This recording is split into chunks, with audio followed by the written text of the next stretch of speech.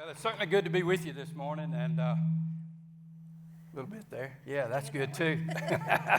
But good to be able to have the opportunity to come and to share just a little bit. 2020 has been an awful challenging year for so many people, but we made it through, man. We're here at the end, and we're thankful to God for that. And again, we just want to thank everybody here at Daystar who supported us and through all that we've been through. Man, there were so many people that just reached out and just poured love into us, and we're so grateful and we're so thankful for that. We're thankful for the staff and everybody here at Daystar. I mean, we're thankful for this awesome worship team, man. How can you not get in the presence of God? I mean, when you've got such an awesome worship team to just lead us into the presence of God. We always want to thank Pastor Jerry and Leslie and what great leadership we have here at Daystar. I tell you, I am just thrilled to submit myself to his pastoral authority in my life and in my family's life. So we're thankful for Pastor Jerry and Leslie for giving us this opportunity. And we just want to share a little bit of our 2020 with you. And hopefully by the word of our testimony, you can be a little bit of an overcomer. You know, it's been a bad year. Is that for Jason? For me? Can you hear me now? Is it on? Everybody okay? You know, it's been a bad year when your pastor calls and says, I know y'all have had so much to happen. The hard part's going to be figuring out what not to tell. So that's kind of where we've been this year. But we've had a lot of fear this year. I'm about to cry. I'm 20. It's been a year of fear, but it's been a year of overcoming fear. And we realize that God has been Jehovah Jireh to us. Before there was a need, now that we look back at what all happened to us, we see, and we want to share that with you guys, we see where God was in it from the beginning. He prepared us for so many things that was about to happen that we didn't know. And a lot of things he tried to prepare me for, and I didn't listen. But one of the things that, the scripture that just kept coming to me was Isaiah 54. And I know you guys probably heard, no weapon formed against me shall prosper. Okay, that's true, and that's so good. But weapons do become formed, and that's the part we have to think about. But I was reading, and there's more to that verse. Right above it, it says, Behold, I have created the blacksmith who blows the coals and forges a weapon in the fire, who brings forth an instrument for his work. Yes. For his work. No weapon formed against you will prosper. An interesting fact is a blacksmith, he actually can make certain parts of his weapon that he's making, he can make it harder and tougher so that it can go into combat. And I now look back and I know that's what happened to us during 2020 and yes. all of you. We have been going through the fire so that we can be a weapon, so that no weapon can be formed against us. But we have to be able to fight. And so Jason, why don't you start with our 2020, what happened in maybe January? Yeah, as we look back, over the year, and Brenda and I just, contemplating what would be the things we wanted to pull out of this. I think you need to cut yours off. Sorry.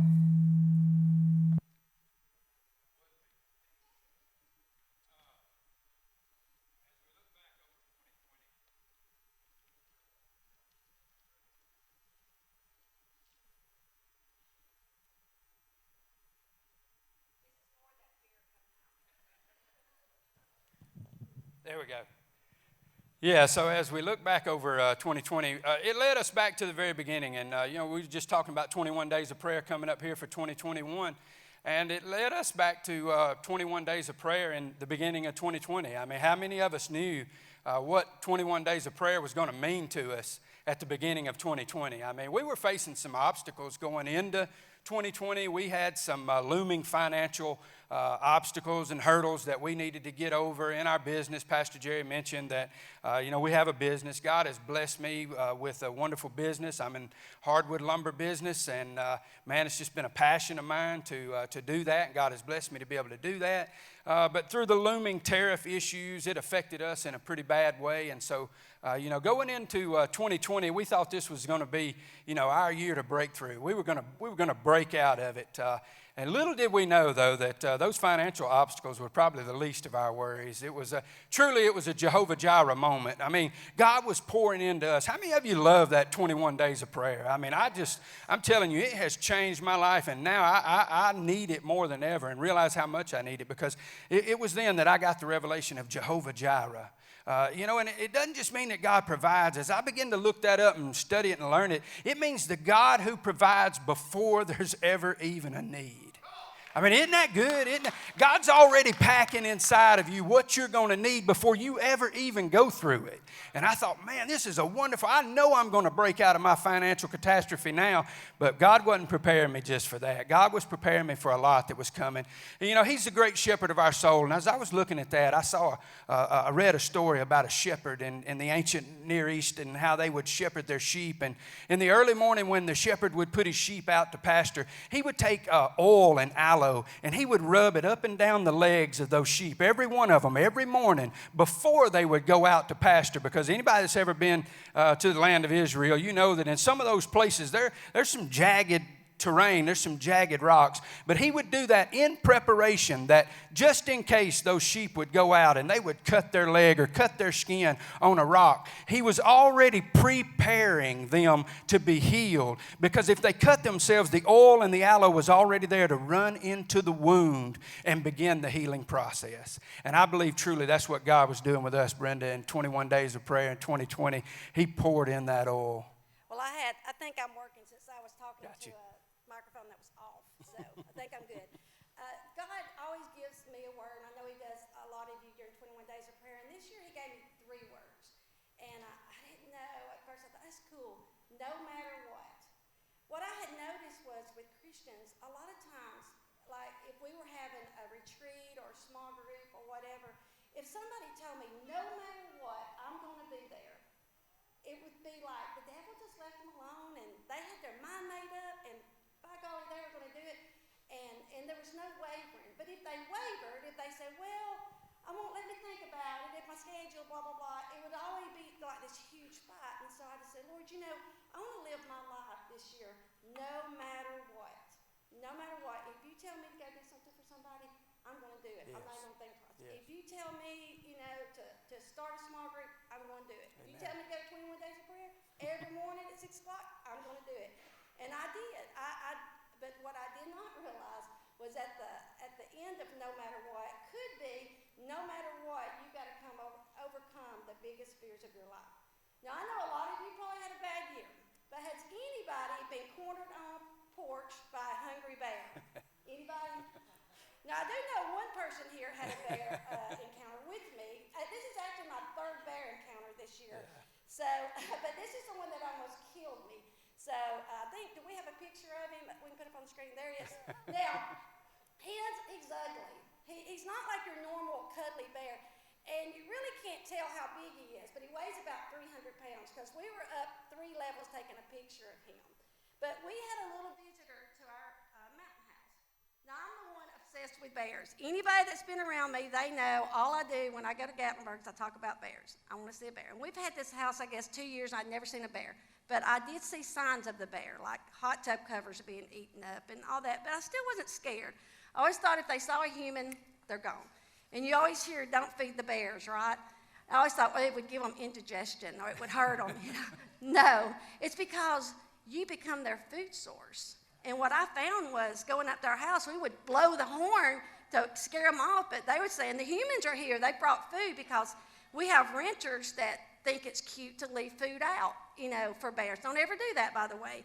And so these bears become very, very hungry. And so on this day, I went up, I was in front of the kitchen sink, and I'm telling you, you don't expect this. There's a big old bear come walking down right in front of me, like sliding down a hill. She loves bears. Yeah, love bears. This is exciting for her. So it comes down, and I'm so excited, and I want to tell Jason, but I don't want to scare the bear away, so I'm you ever screamed and whispered at the same time? I was like, bear! And so, were you scared when I told you?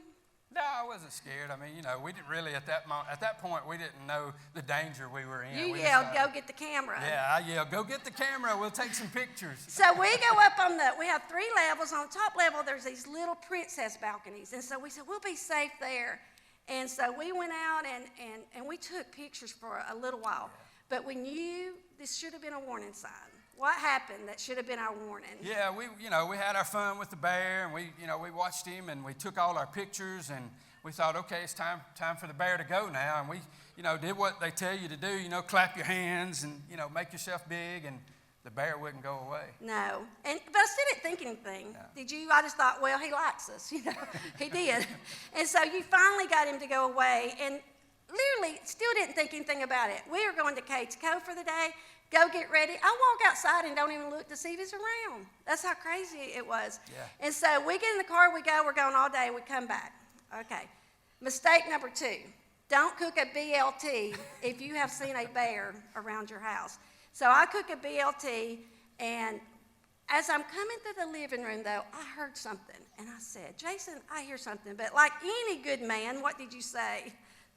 I said, oh, Brenda, it's just the house settling. It's just a log cabin. It's just settling. It's okay. It's nothing. And then the Lord speaks to me again.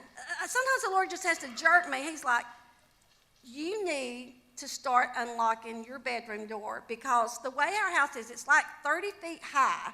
There's one little corner on the back that's like 8 feet high, but the porch is like wraparound porch. The porch is like 30 feet high. And so as we're walking out there, I said, Jason, you know what? We really should open our bedroom door, because if a bear ever got up on this porch with us, we'd have nowhere to go. And worst words to say, I'll do it next time. That's what I said. And then you can go from here. It literally wasn't just a few minutes later, like 2 or 3 minutes later. She and I are sitting on the porch, and we're just in our rocking chairs. In our rocking chairs, just looking out over the beautiful scenery. And I tell Brenda, I look over to Brenda to say something to her, and I notice there's a bear. And I said, Brenda, don't move. There's literally a bear right beside you. And when I say literally, he was within 5 feet. When I turned around, and you don't expect to be that close to a bear. I can just tell you they're way bigger, and he's just standing there.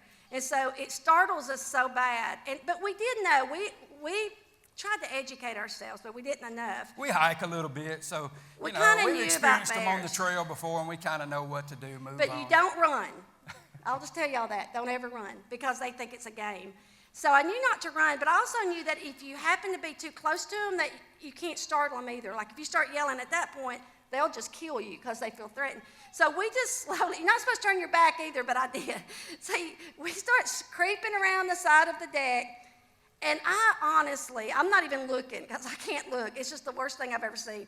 And so Jason's watching, and we get around the corner, and so we just think, you've seen where they see a human, they take off running. What they do if it's a good bear. There's a difference in a good bear and a bad bear and a trash bear, which is what we had. And so, sure enough, we look back, y'all, and he's right behind us. And he's coming, and he stops. His head, I can still see it, can't you? Yeah. How did his head come around the corner? It's just a curious bear, and we had made it around the side of the house, and so, for a moment we're hoping the bear's just going to go away. He's going to be scared, and he's going to go away, but oh no, we see he sticks his head around the corner. His head comes around that corner, and there we are. We're trapped. We can't get in the house. My bedroom door's shut, of course. If I'd have listened to the Lord and opened that, we could have just gone in there. At least felt a little safer. But we get wedged behind our hot tub. That's as far as we can go as our hot tub. So at that point, we're far enough away, we start making noise. We start yelling. We have nothing. We have guns. We have bear spray, air horns, everything inside. Nothing with us. And so he's hitting we're hitting, I think I'm kind of hidden behind you the whole time. At this point, I don't even know I'm alive. I'm just in a state of total shock. And finally, you say the bear changed. Yeah, we're doing everything they tell you to do, like, make yourself big and, make noises. And so we're doing all that. But at this point, we've backed up as far as we can back up. We're behind the hot tub at the end of the kind of the wraparound porch. And, we really don't know what we're going to do. But I could tell the bear, he had been curious. If you ever seen a bear, he even raised up, and this probably went on 15 minutes. And we're hoping the bear is going to go away. But I could see his demeanor change. And he went down as if he was going in like a stealth mode. I could just see That's a bad thing. something changed. And I could literally see, almost like if you've ever seen a dog, go down to get ready to attack. I could see the hair on the bear's back begin to stand up. And he began to advance, and I could see he had changed. And after we took a bear class after this, by the way, to learn bear language. language. And as long as a bear's making noise, you're pretty safe because they're saying, you're in my territory, get out. But if they do not make a sound, he's not wanting to scare you, and they're a predatory bear. And you don't hear this a lot in Gatlinburg because they don't want the visitors to know, but this can happen. And so he was in a predatory mode, and what they do, they make a decision. Is the risk worth the reward? Just like Satan does. Yeah. Is the risk worth the reward? Is my time spent on this person worth what's going to happen to destroy them? And that bear decided at that second that you saw him that his reward was worth the risk that he was about to take. Yeah, so at that point, he was coming, and I told Brenda, I said, Brenda, you got to jump off of here. And at that point, we were back there, and there was about probably an 8-foot drop there. And I said, Brenda, you've got to jump. I told her, I said, I look back now, and I didn't know what bear claws were going to feel like or those teeth were going to feel like, but I didn't know what was about to happen. And I told Brenda, I said, you've got to jump off. But we knew you can't. I knew if he saw me on the ground, a bear can run 30 miles an hour, in case you don't know. And we'd already kind of experienced that. He'd be at one spot that morning, and then we'd see him at the end of the driveway. And we're like, at first I thought there were 2 bears, but they are that quick. And so we were terrified. And when I jumped off, I remember I cried out to God. And I said, God, help us. And I just screamed. And when I got down to the ground, I rolled, and I landed in some huge, smooth river rocks. I don't know why they're there. They're not native there. And I do know why they're there. Jehovah Jireh. Yes. And I lifted one of those rocks up. And when I handed it to you, you told me what it felt like. It felt like 10,000 volts of electricity. It felt like it was straight from heaven. It felt like literally an angel had just handed me a sword, a weapon, or something. We had been just vulnerable, and we didn't have anything to fight back with. No weapons whatsoever at that point. And when she handed me that rock, I finally felt empowered. I finally felt like I can do something to fight back a little bit now. So you keep throwing rocks at him, and that's still though. He's still standing there, but finally he hits him with one hard enough that and I'm on the ground. I have nowhere to go. Nothing's open in the house. If I go back around, I'm where the bear is. I had nowhere to go. It's just a mountain straight up. We live on, 3 acres? There's no neighbors close. And so Jason goes, he can see the bear up in the corner. He's going back up in the field. And so he yells, Brenda, if you can get back on this porch, I think we can get back in the house. All right, y'all, imagine where I'm at. I see like a little dirt mound almost, and it's not much. I can barely reach the bottom of the porch. Don't ask me how. I pulled myself up with one pull, jumped over, first try, went over that. This wasn't Wonder Woman 1984. This is Wonder Woman 2020. Yeah, and that's no lie. I have learned since then, we all have adrenaline, and we've talked about how that, but there's something in us, deep in us, that I just love the way God works. It only comes out during fight or flight. That's part of that Jehovah Jireh. Yes. He's already put it in you. He's already put it in you. And you don't want to, athletes can't train for this. You can't train for it. And God releases that when you are in a life and death situation. And my body knew it. And when it released, I couldn't do it again now if you paid me $1 million. There's no way. I jumped over and I went around, went into where the bear had been. Jason comes around, and I'm thinking, thank you, Jesus. And we shut the door, and the bear's standing at the door looking in. Yeah. And so at that point, I know it's not over. This bear's stalking us, just like the enemy stalks us. He didn't care how long it took. He was coming back to get us. He noticed we had moved from that area, and so he came back to where he had first seen us. What did that guy tell you, the conservation, that they have a map? A map and a memory. And a memory. They don't forget where they've been, and they'll keep coming back. And so at that point, I've lost it. Like, I'm terrified because I do know, and if you don't know, they can get into a house. And I confirmed that with the conservation officer, but at that point, I've just lost it. I mean, I can't even think. Jason has the gun, and you start beating on the door, and he goes around to the back, and you think, okay, if I can just not shoot him, sorry. We could have, though, we found out. If you're being attacked by a bear, you can shoot him. But he was going to shoot into the bank and spray him with bear spray. The bear spray came all in our face, so we were choking. Bear spray works. It works real good in your lungs. And so, but he ran off a little bit, and at that point, I was just in a state of shock, and I told Jason, I said, you got to take me home. If you love me, you'll take me home. He's like, the conservation officer just called and said, I can kill the bear, and it needs to be killed. It's very dangerous. Said, if you love me, you'll take me home. And I was terrified. I went to that car, but I have never felt fear like that, y'all, in my life. Fear overcame me. And here I am all year, no matter what, no matter what. Well, now I found out no matter what, I had a challenge ahead of me. And that fear was so bad. But the Lord began to show us things with the bear that, that just like he does stalk us, and he does pounce on us. Yeah, 1 Peter 5:8 says, be sober and be vigilant. Your adversary, the devil, walks about like a roaring lion, seeking whom he may devour. And that was the big lesson we took away from that, was that God gave us that real life experience to show us a spiritual point. And it was just like that bear. He was cornering us. He was getting us. We thought many times we were just easily going to get out of it. We know what to do. People have told us all about this. You just raise your hands and the bear will run. But he didn't. And that's exactly the way Satan does us. So, one thing we learned and one thing we want to just encourage you is that, no matter how Satan's coming around, be vigilant. Vigilant means just kind of looking ahead. We let our guard down. Yeah. And the main thing is when you'll see signs. We saw signs. We saw Pop-Tart covers in the driveway. We knew that something had been there. You will see signs of the enemy, and we have to take note of those and to know. And he'll wait till the perfect minute. Just like that bear, he stared us down. He sized us up. He watched our behavior. And then once he made the decision, and that's what Satan does, and then we'll say, how did I get here? Well, he's been watching you for a long time, and he knew your weaknesses. Just like any predator, he knew that his prey was vulnerable, and that's how Satan does us. That's why you got to be vigilant to watch him. He knew that at that moment, he was going to attack. It was going to be fast, and it was going to be focused. So just want to encourage you. Look for the signs all around you and be vigilant. And we did put the house up for sale, but I overcame it, and we're actually going tomorrow. So you can overcome those fears. Yes. And now we did put up an electric fence. You can do some things to help you feel better, so we did. But even though that was a huge fear. That's guard your heart. It took me a while to get over that. I couldn't even look at bear pictures. I took them down in my house. I just couldn't even look at a bear picture. But nothing prepared us for October this year.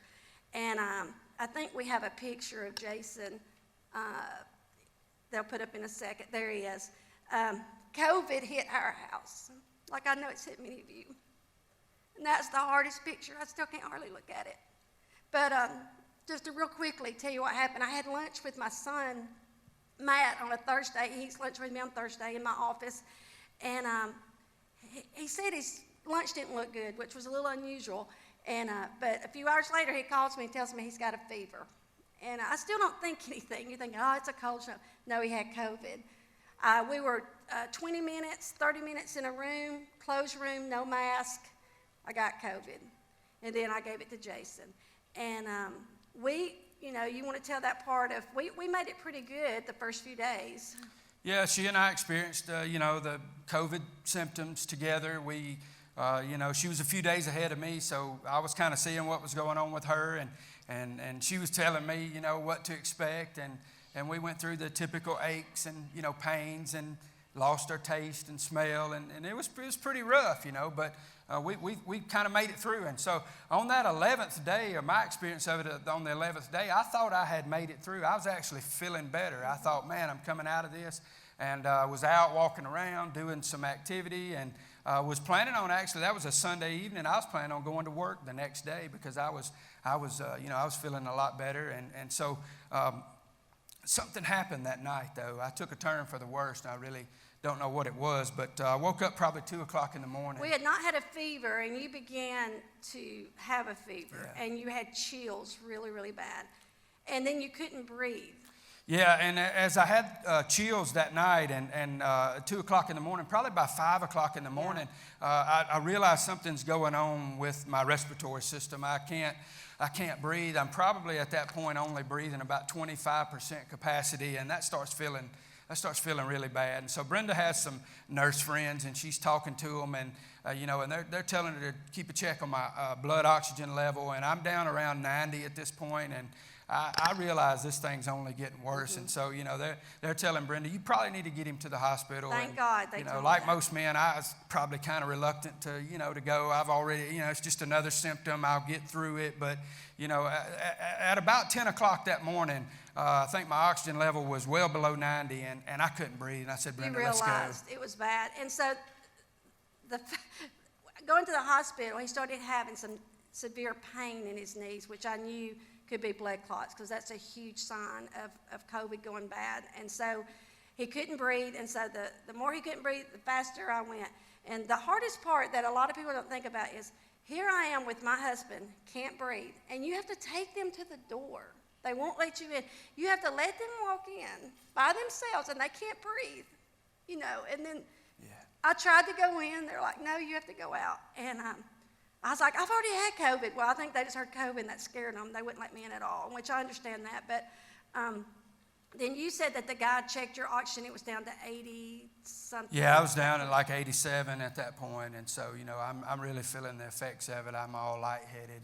And they took great care of me. And they got me right away. And they took me on back into the ER and got me situated. And man, they stuck some oxygen in my nose. And I told Brenda, I said, when I felt that oxygen, I had felt that feeling before. And the last time I felt that feeling was when she handed me that rock when that bear was after me again. It felt like I was empowered again. It felt like now I've got something to fight with, And so I received that oxygen, and it felt like the breath of heaven. It literally felt like the breath of life. If there's ever a time I was singing every song of Breathe on Me, Lord, you're the air in my lungs, and I really began to sing and pray those songs. Well, we don't have time to tell you everything, but so much happened during the time. God woke me up one night, and he's like, I just heard, I am your strength, and that kind of changed things for me. He's going to be my strength. The day before Jason went to the hospital, he said, the Lord's told me something new is coming, but it's going to be okay. So the Lord was like,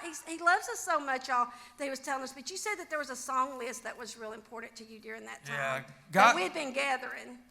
Again, just like Jehovah Jireh, I didn't even know at the time. We were going through COVID, and some little prior to that, God had began giving me some songs, and I formed a song list. And man, I didn't know how bad I was going to need those. You said on the second night. Until I made it into the hospital. And on the second night I was in the hospital, I took another turn for the worst, and I developed a high fever, and I had chills again that night, and I couldn't move. So all I could do was just reach for my song list and begin to play those songs. And I started playing them, and one of them was Jeremy Camp, That Same Power. Man, I would listen to that, and it was that same power that rose Jesus from the dead lives in me. And I was thinking about God, that resurrecting power is in me, and that no matter what I go through here, God, I believe that you're going to raise me up. I listened to the song from Hope Durst when she said, I don't want to be afraid every time I face the waves. It seemed like every time something new would happen,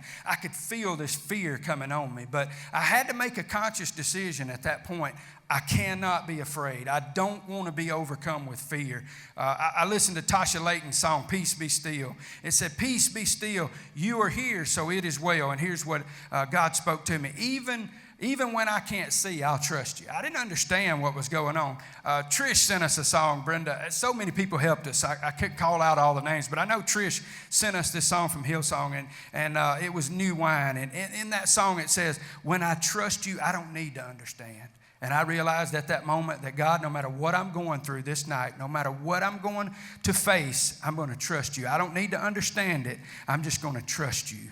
And one thing that I don't think we understand, because I did not know this, is the nurses aren't in there all the time. You know how normally in the hospital they're coming in and out and all that. They come in if they need to, but basically they're in there by themselves, and because they have to suit up so much to come in. So that second night, I didn't know that he was going through that. Now, he ended up staying in there 5 days. Plus, when he came home, he was on oxygen for 2 complete weeks. And I almost turned around. When I picked him up from the hospital, I almost turned around and took him back because he couldn't even breathe, and I was scared to take him home. But during that night, when it was so bad, the next morning, a young girl sent me a dream that she'd had. And we know her and love her, but we only see her maybe once a year when we go hiking at Oak Mountain. She works down there. And So it's not like somebody that even knows what's going on. She knew Jason was in the hospital, but nobody, not even me, knew that he'd had this terrible night. And this is what she wrote, and I want to read it to you to show you Jehovah Jireh. Brenda, I dreamed out of nowhere last night about Jason. I dreamed that a lot of people alive and passed away, friends and family, laid hands on Jason and prayed with healing hands. Healing hands was very prominent in this dream, and Jason was healed. We had angels, he had angels in his room all night. The Spirit was working. I dreamed healing hands all night, and I woke up at 5 a.m. sweating, and I got up and prayed. Tell them what happened to you at 5 a.m. that morning. It was after being up all night. It was 5 a.m. because I just remember looking at the clock that my fever began to break, and I started feeling better, and I knew it, and I didn't know any of this. I did receive a text at about 2 a.m. that morning from a friend who just was telling me that, hey, just had you on my heart, just want to pray for you.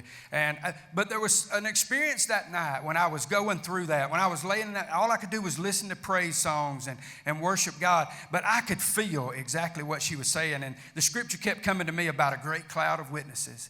And man, it wasn't big, but it was just a sign, a show from God. I'm not even big on those kind of signs, but when I first went in there, I found a little feather. And I knew that night that angels had been in that room. There was a great cloud of witnesses in that room with me. I felt the brush of those angels' wings in that room. And I could literally, I want to tell you, your prayer is powerful. So when you're praying for somebody, I could feel those prayers when I was in that bed. I could feel that great cloud of witnesses all around me. I don't think we realize we go in the room with them when we're praying. We go in the room with them. And there was so much Jehovah Jireh, and I know we got to get to a close. There's so much Jehovah Jireh that happened. And one of the things was we decided, and this is a long story, I can't tell you all of it, but we decided to climb Mount LeConte in Gatlinburg. And for me, I'm 57 years old on a CPAP. So this is huge for me to do. Train for a complete year. And I think we may have a picture of that too. Train for a complete year. And we climbed that mountain. But now I know without a doubt that God was preparing us for COVID, because my lungs was in such bad shape when I started a year ago. And so for a solid year, I climbed stairs almost every day. I just climbed stairs. Was able to complete that, so I know that God was doing that.